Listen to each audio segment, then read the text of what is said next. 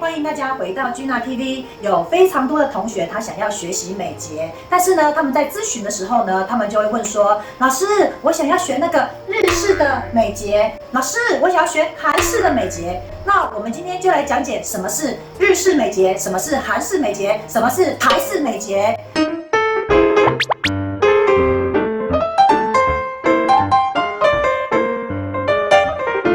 好，首先呢，我们要了解这些日式、韩式、台式接法之前，我们先来了解我黑板上的这个图。那这个图呢，就是一个毛囊长出一根毛，那这个是我们的真睫毛。那什么是接睫毛这个技术呢？接睫毛这个技术就是在我一根真毛上接上一根假毛，这就是接睫毛的技术。好，同学要先搞清楚，就是我们要学的是什么。那日本人呢，他们在做接睫毛这个动作的时候呢，他们会要求就是每一根真睫毛呢，必须要超过5mm以上。那5mm 就是0.5公分，好，所以呢，日本人他们会选择就是这一根真睫毛针，好，一定要超过0.5公分的毛，他们才会选择它，然后并且嫁接它。但是如果低于0.5公分的话，就不能做选择，它就是一根不能接的毛，好，这就是日式接法。5mm 以上的真毛呢，那它会衔接在哪里？它会衔接在这个地方，好，所以就这个地方呢，它会接上一根假毛出来。这样接上一根假毛，那这个地方呢，它就是大概距离会是在2mm 左右，也就是说，假睫毛会距离眼皮大概2mm，这样，这个就是正统的日式接法哈，因为这么做呢，可以达到比较安全，然后不会碰触到皮肤的一个概念，所以呢，日本人他们在做嫁接睫毛的时候，比较不会有皮肤过敏的问题，因为他们的距离比较远一点点。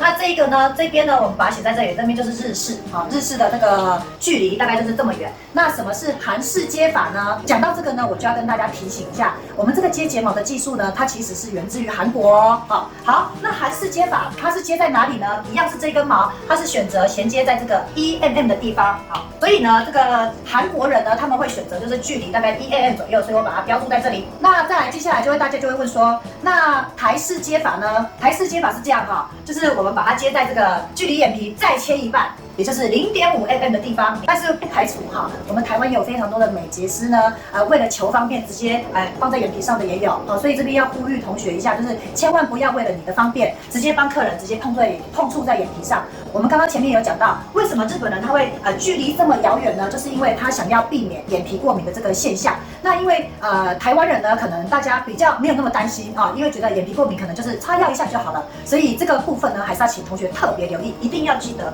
要距离0.5公分，因为其实它碰在眼皮上是非常不舒服的。好，那大家可能这样子乍听之下会觉得，日本人这样做很好，他距离很远，这样是最安全的。但是因为其实我们距离这么远的话，有接睫毛的美女们就会知道说，这样子的宽度是不是就像我接完睫毛后1个礼拜的样子啊？那如果这个作品呢是可以维持6周，我是不是马上瞬间减掉1周？所以为什么我们在台湾我们的做法是让它越靠近眼皮越好，但是不要碰触，这样子接睫毛的这个作品维持的时间会是最久的。那反之，如果你越远的话，就表示它的维持时间是会越短的。让大家有明白日式接法、韩式接法还有台式接法的差异吗？简单来讲呢，台式接法就是一个 CP 值最高的接法，日式接法呢就是一个最安全的接法。那韩式是什么？韩式就是介于日本和台湾中间。希望我今天的分享呢对你是有帮助的哦。但是我要讲的是这3个接法我们都有教哦。